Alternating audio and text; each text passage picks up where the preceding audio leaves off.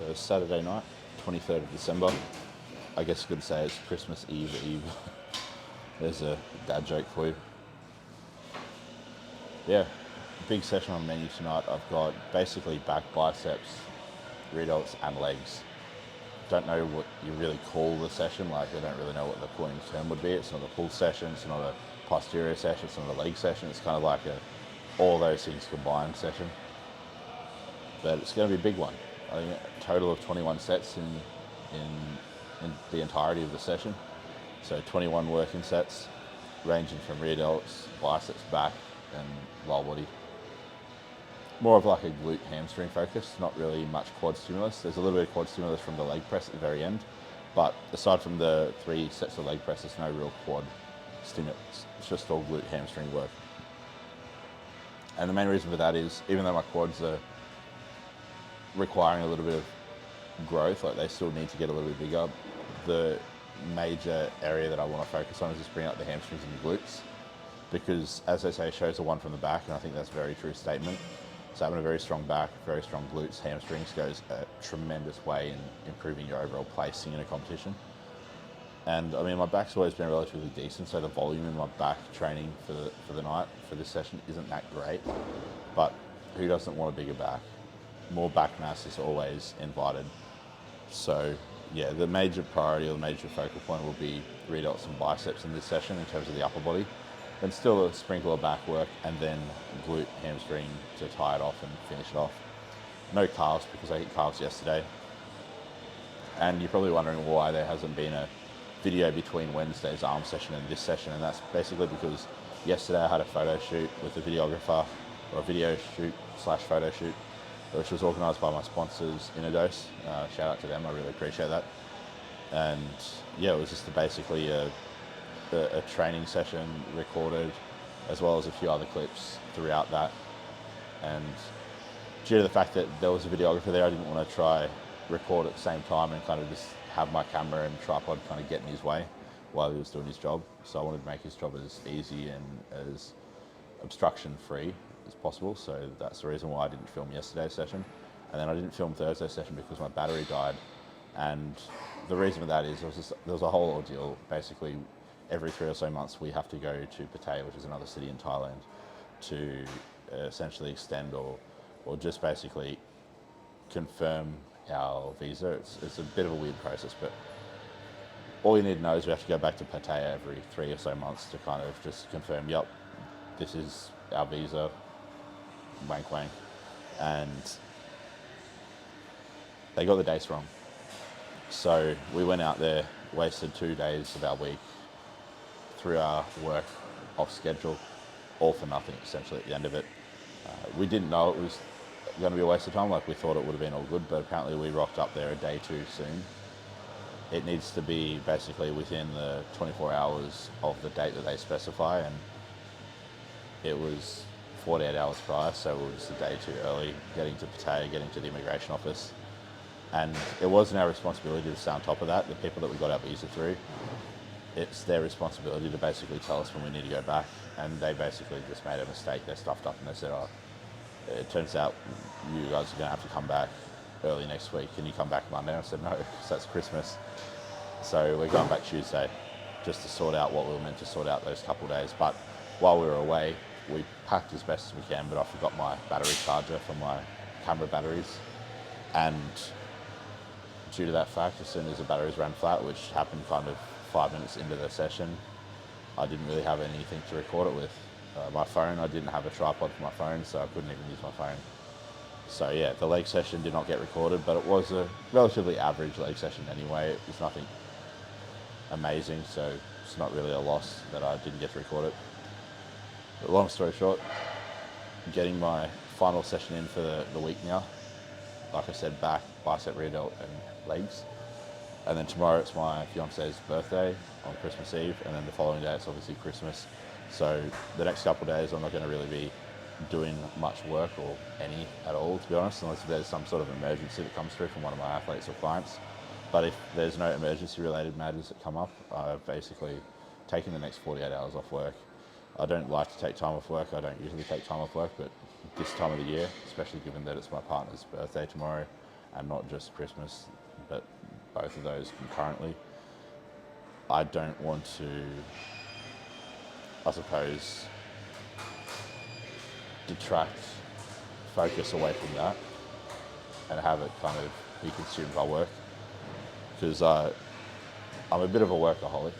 I generally don't stop working, I don't switch off, but I think it's important that at least every once in a blue moon you make a conscious effort to try kind of take a step back and focus on other things in life, things that are way more important or as important as work.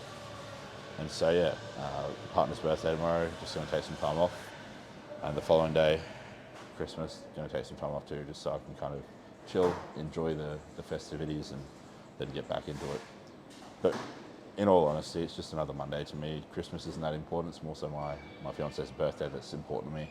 I wouldn't care if I worked on Christmas Day, but I do have plans, so that's the reason I'm taking the day off now.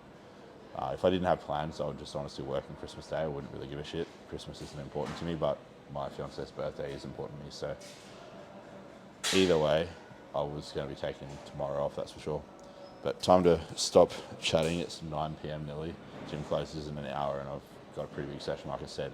Face pulls, into bicep curls after that, then into some parallel, narrow pull downs, T-bar row, lying hamstring curl, glute extensions on the GHR, and then to finish off with some leg press.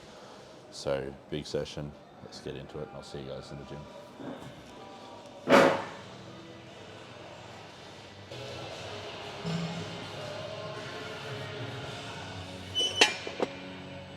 So basically just start off with one warm-up set and then 3 working sets.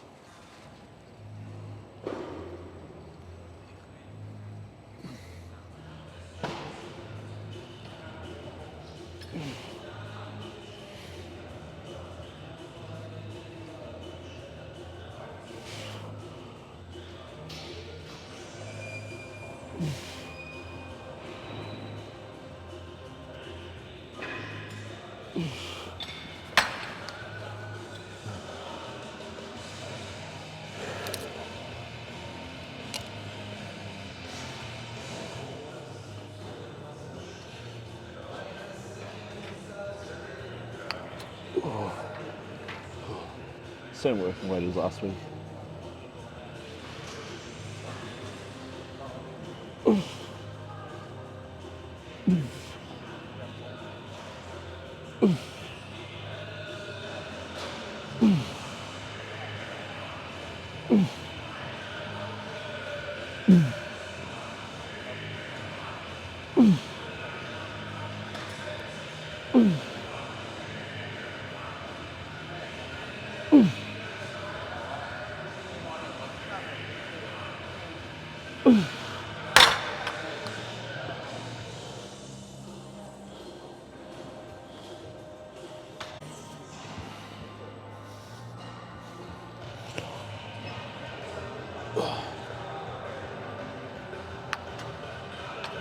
Alright, second set.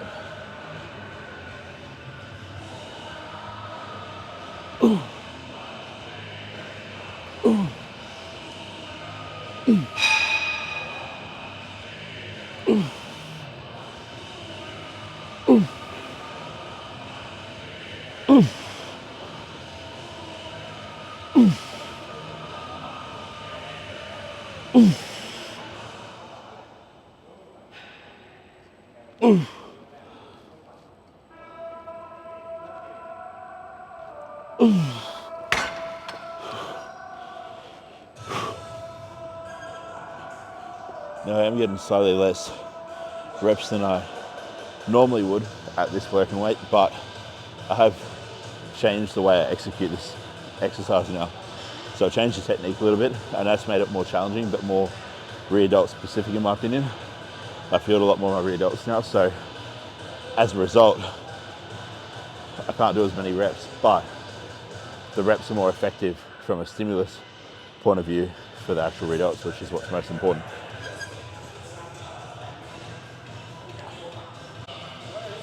Yeah.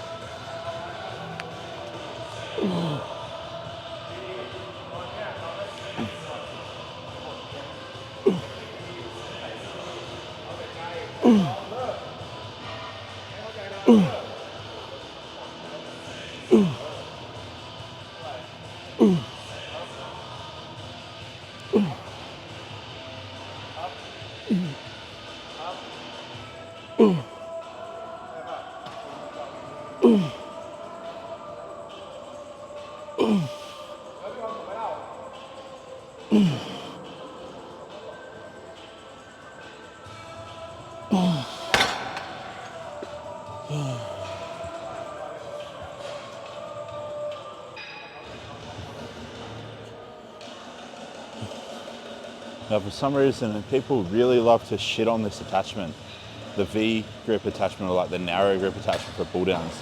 I never understood why. I mean, I kind of do, like the whole evidence-based fucking Kassem zealots. Like, just seem to shit on anything that isn't like some sort of like unilateral iliac lat focused fucking row or pull down. It drives me insane because honestly, people have been doing this exercise for decades and getting results. Clearly it's an effective exercise if you just know how to not move like a fucking retard.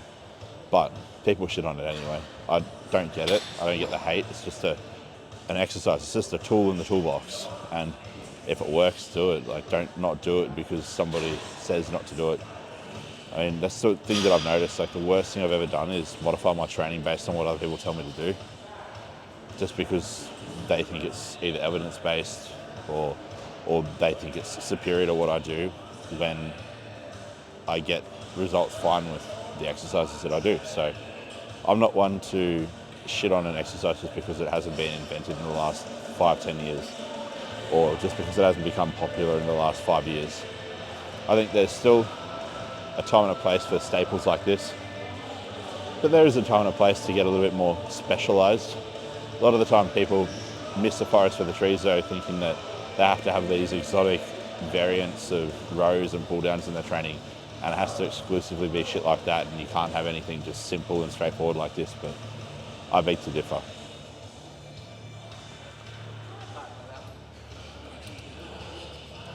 Perfect. That's the exact weight I want. So 3 sets of 8 to 12. Going light because I haven't done this variation for a while.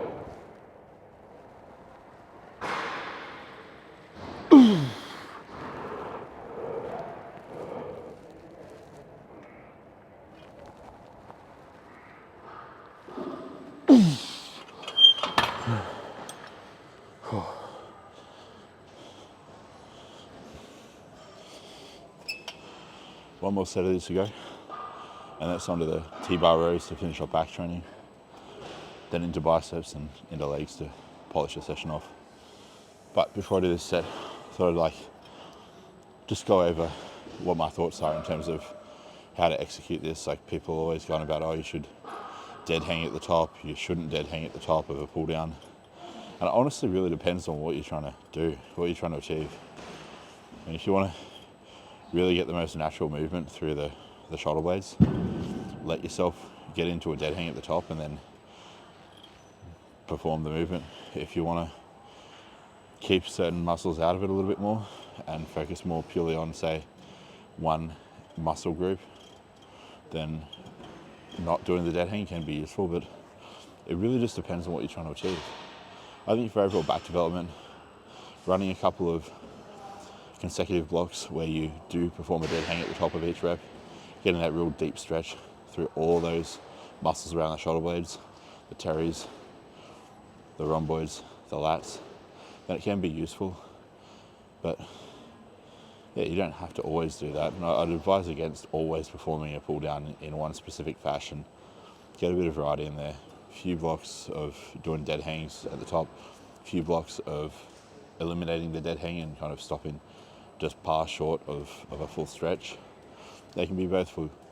They can both be useful. That's what I'm trying to say. Bit fucked, bit fatigued, and tired at the moment. So I'm going to get this set done, and then I'll go into the T-bars to finish off back.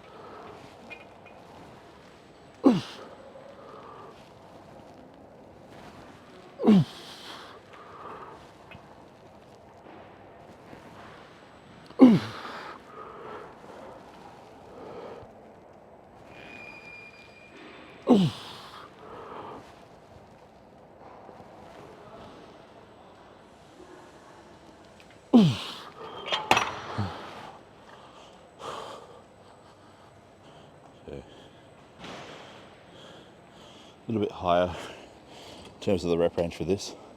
Instead of 8 to 12, doing 10 to 15 on it.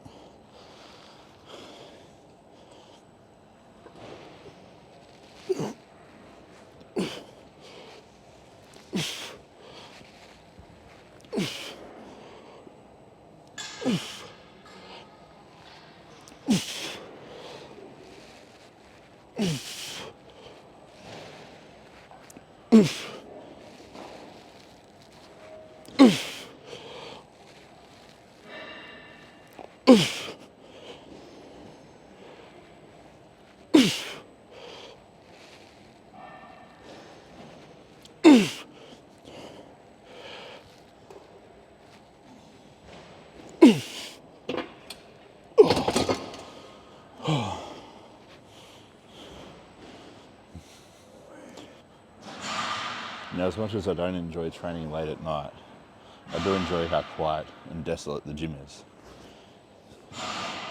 It's rarely you'll see a fuckwit inside training this hour of the night, which is therapeutic in a way.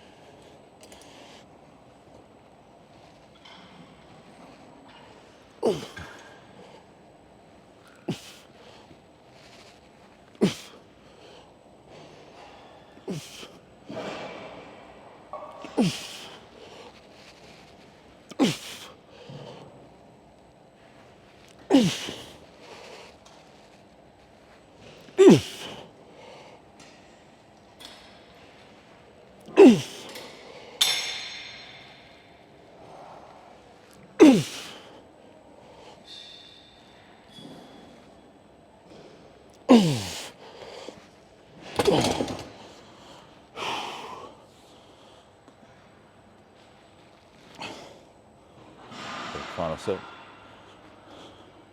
And time for biceps.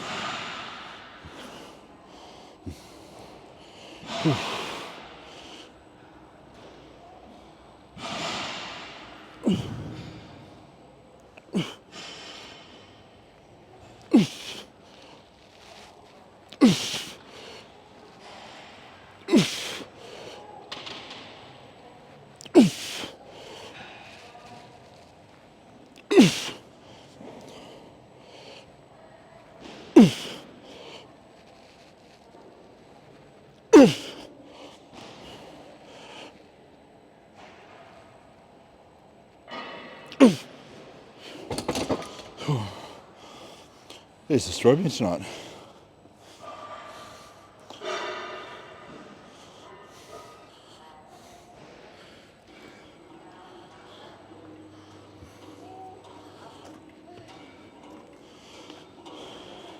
So 3 rep match sets on this.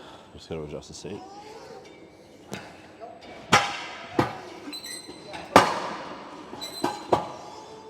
There we go. It's a little bit too high before. If it's too high, you end up being like Quasimodo hunting over the bench. And if it's too low, you end up being like a scapular elevation. You got to find that Goldilocks zone or that sweet spot. But lighter today. Only 50 kilo because it's a high rep range today.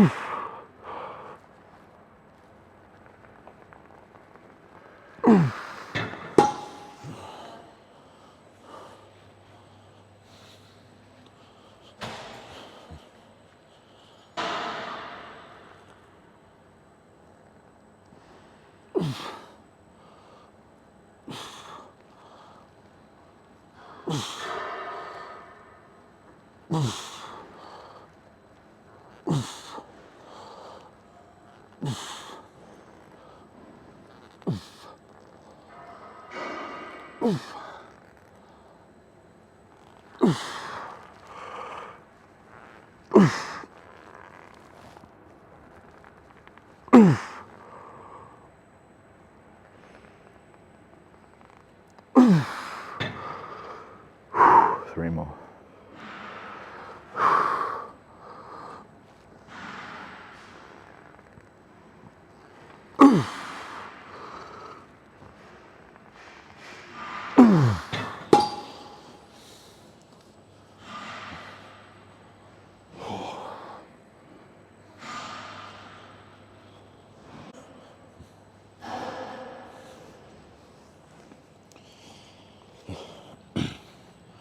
Now, because I normally would do this session, my final session of the week on Sunday, normally what I do is I'll train 3 days, no, train 4 days, rest 1 day and train 2 days.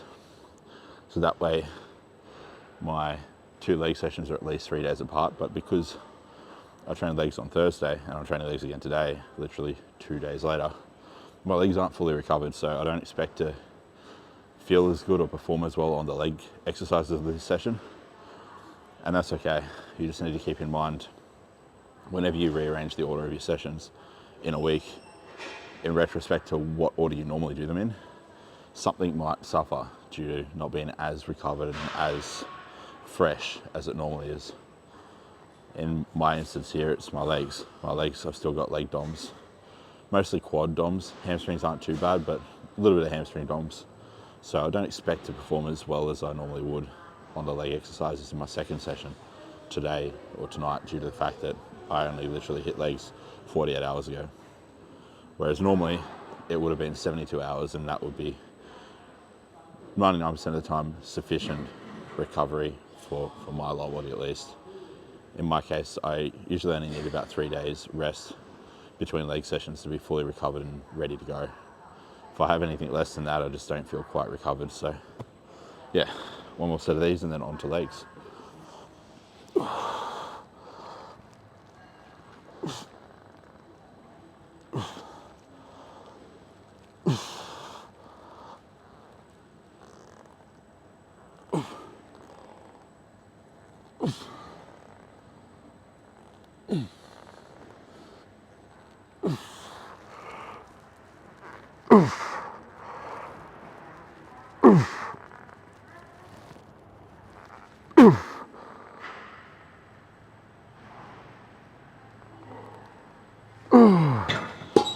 4 to go.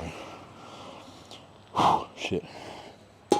Might have to do 2 classes to get these.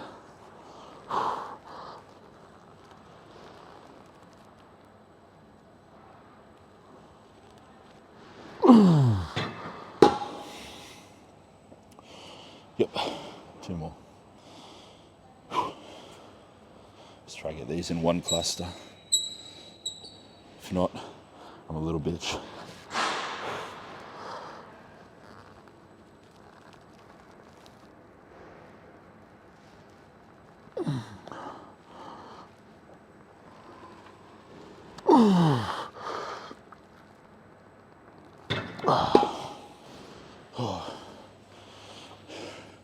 Time for legs.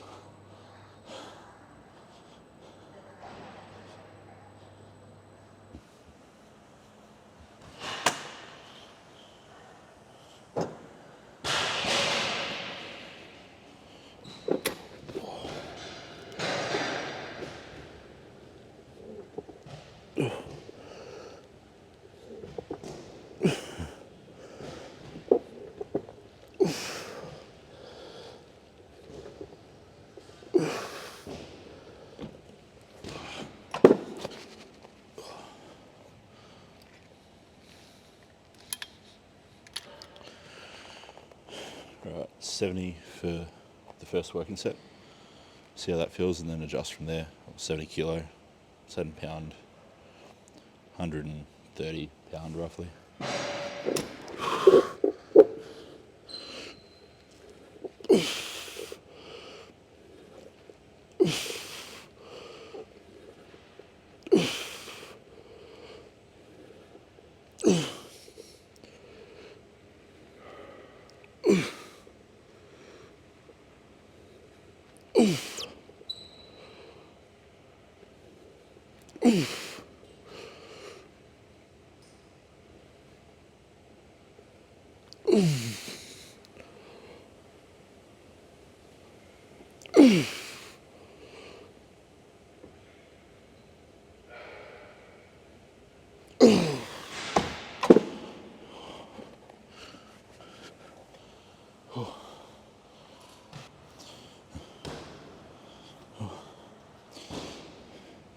So I actually haven't used this lying hamstring curl for quite a few years, this brand, the Life Fitness one, but it's actually really good. I forgot how good it was. Like the force profile is very consistent through the full range. I actually really like it. I might even see if I can try add a band to it next week, because that'll just be icing on the cake. But 2 more sets of these, then it's on to glute work and to finish off with some leg press. Depending on how I'm feeling after the glute work, I might skip the leg press. I'll see how I go, because it is obviously the second leg session of the week. And because it is so close to my last one, I torched my legs on the V squat 2 days ago, so see how things are. But yeah, lower rep range, 8 to 12 reps on this, just to really kind of subject the hamstrings to a lot of mechanical tension. And also just to vary it up a little bit, because I have been doing lying hamstring curls in a higher rep range, anywhere between like 12 to 20 over the last few months. So time to kind of expose it to a slightly different amount of load.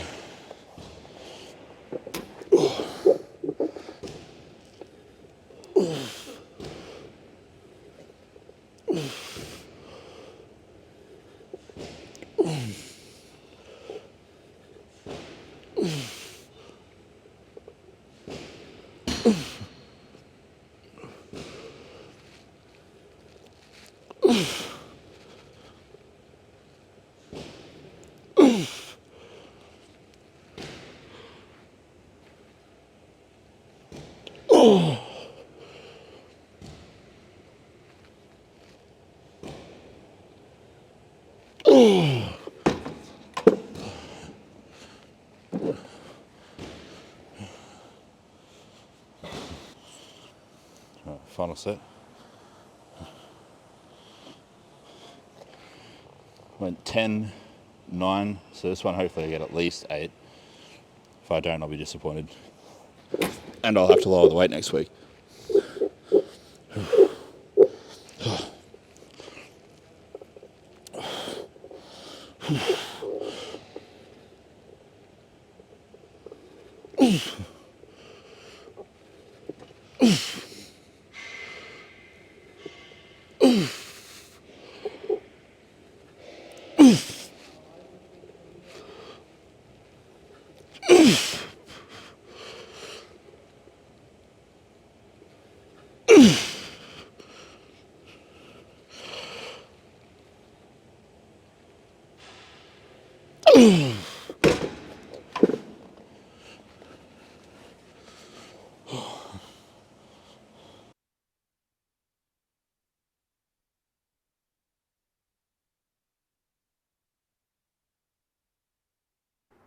Alright, so my mic's pretty much died at this point, guys, so I apologise for that.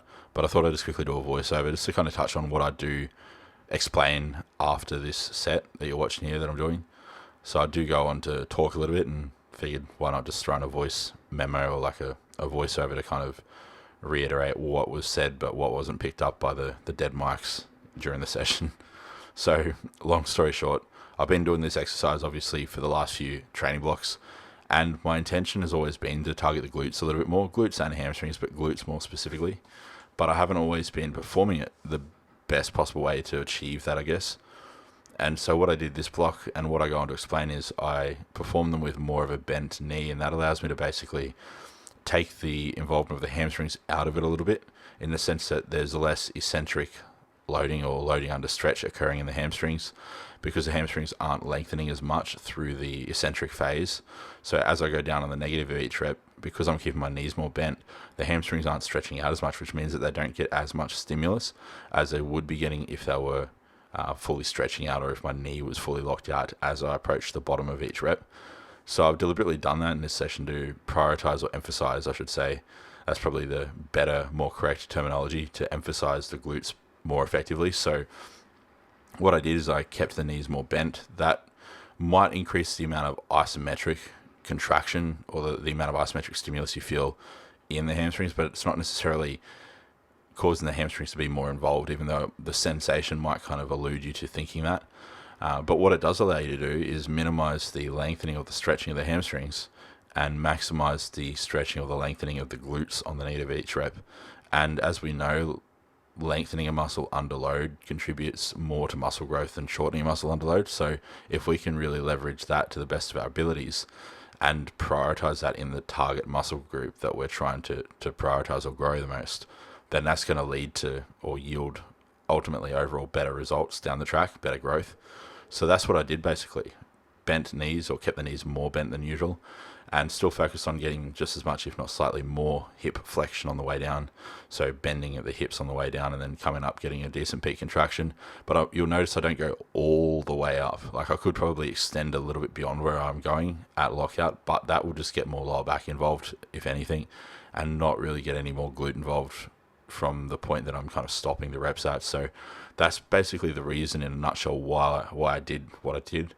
And it worked incredibly well. I felt the glutes a lot more. I had better glute DOMs the next day. So that's always a little bit of an indicator as to how effectively you were able to target a muscle, is how the DOMs feel the day after. Because a lot of people will say like they don't feel their hamstrings in Romanian deadlifts, but then the next day they get hamstring DOMs. I've noticed that especially with beginners. Back when I used to do face-to-face coaching, like many years ago, you'd get somebody to do an RDL, you'd start teaching them how to perform an RDL, and they'd say, "I don't feel my hamstrings."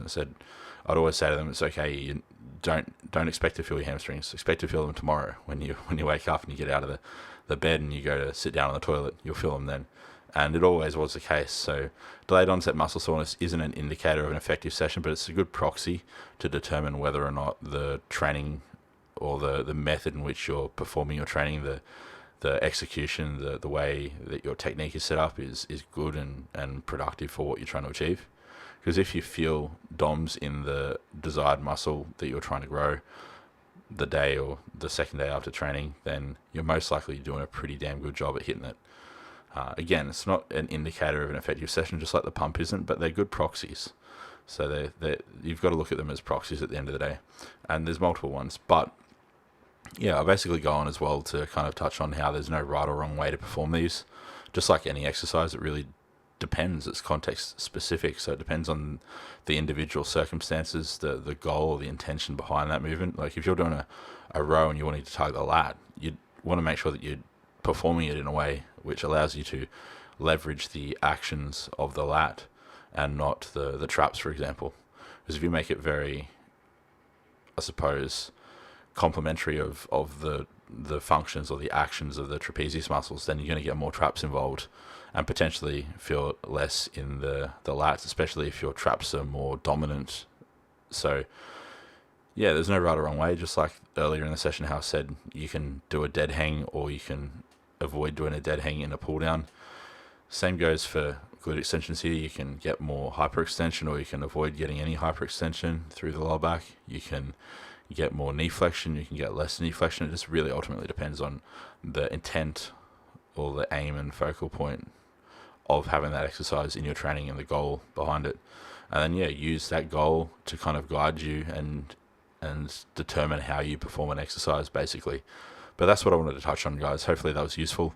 It'll just go back to silence now, so I do apologize for that. So if you do want to stop watching the video, I don't blame you, because you're just basically going to be watching a silent movie of a dude in blue tights doing glute extensions, which isn't really that interesting, to be honest. So yeah, thanks for watching, guys. Thanks for listening if you made it this far, and yeah, I'll see you in the next video, which will be I believe a Christmas session, because I don't think I'll be training Christmas Eve. So yeah, it'll be a Christmas session, so I'll see you guys in that one.